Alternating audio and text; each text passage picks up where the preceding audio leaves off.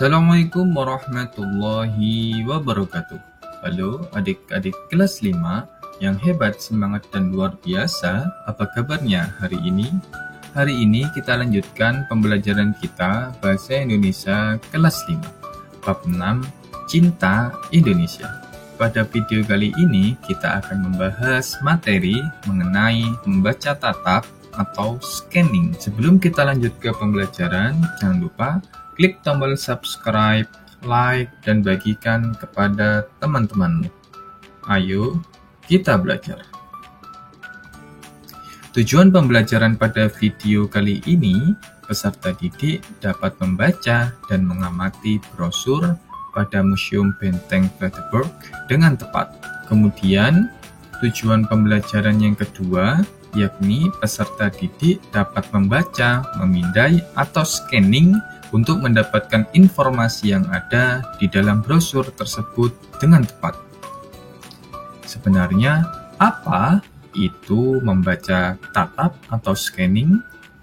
Membaca tatap atau scanning adalah salah satu cara membaca yang cepat untuk menemukan informasi tertentu dalam sebuah bacaan. Kita tidak perlu membaca keseluruhan bacaan, akan tetapi hanya mencari kata atau kalimat kunci yang kita butuhkan. Jadi dalam membaca tatap atau memindai, atau yang kita kenal dengan membaca scanning, kita tidak perlu membaca secara keseluruhan bacaan-bacaan. Namun, kita hanya mencari kata kunci atau kalimat kuncinya yang kita butuhkan. Nah, adik-adik bisa memperhatikan brosur Museum Benteng Frederik di samping. Luangkan 1 hingga 2 menit untuk memindai brosur tersebut. Kemudian, informasi apa saja yang dapat kalian temukan pada brosur, dan apa petunjuk yang kalian lihat. Setelah kalian mengamati dan mendapatkan informasi pada brosur tersebut, ayo kita menjawab latihan soal berikut. Yang pertama, di kota mana museum tersebut berada? Museum tersebut berada di kota Yogyakarta. Kita lanjut ke soal nomor 2. Berapakah harga tiket masuk museum bagi 1 orang dewasa? Informasi dalam brosur tersebut adalah sebesar Rp3.000. Pada hari apakah museum tidak dapat dikunjungi?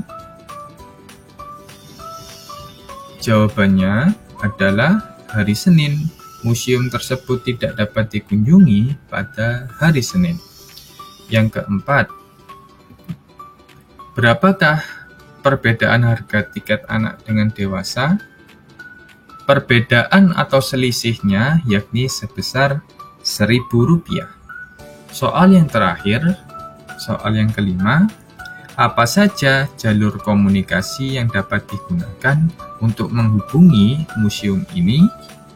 Jawabannya adalah nomor telepon, WhatsApp, dan surel. Ketiga alat tersebut sebagai jalur komunikasi yang dapat digunakan untuk menghubungi museum ini.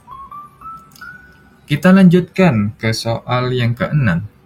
Bagaimana cara menuju diorama 4 dari pintu masuk gerbang timur? Tentunya untuk mendapatkan jawaban tersebut kita harus melihat gambar diorama di samping. Untuk jawabannya, dari pintu gerbang, kita berjalan lurus ke depan, melewati gedung letak diorama. Setelah itu, belok ke kiri, diorama 4 ada di seberang jalan. Kemudian soal nomor 7, di manakah letak diorama 2? Jawabannya adalah letak diorama 2 berada di antara diorama 1 dan diorama 3.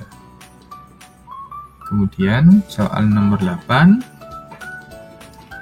Apa persamaan dan perbedaan dari diorama 1 dan diorama 3? Untuk persamaannya, sama-sama terletak di bagian tengah benteng dan terdapat minirama di dalamnya. Bedanya, diorama 1 terdapat 11 minirama peristiwa Pangeran Diponegoro, sedangkan pada diorama 2 terdapat 19 minirama sejarah proklamasi agresi militer Belanda.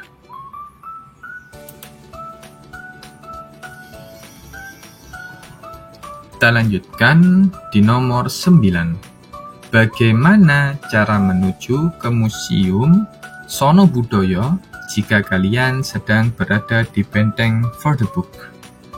Untuk menemukan jawabannya, tentunya kita harus melihat peta lokasi pada gambar di samping. Jadi, dari pintu keluar Museum Vorderburg, kita belok ke kiri, menyusuri Jalan Ahmad Yani. Kemudian, belok ke arah Jalan Panguragan, dan sampailah kita ke Museum Sono Budoyo. Dan soal yang terakhir, apakah nama gedung yang berlokasi tepat di seberang Museum Benteng Vorderburg?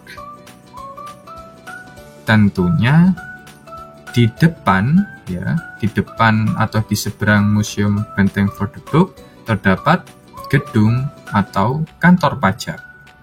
Terima kasih adik-adik yang telah menonton video kali ini. Jangan lupa klik tombol subscribe, like, dan bagikan kepada teman-temanmu. Wassalamualaikum warahmatullahi wabarakatuh.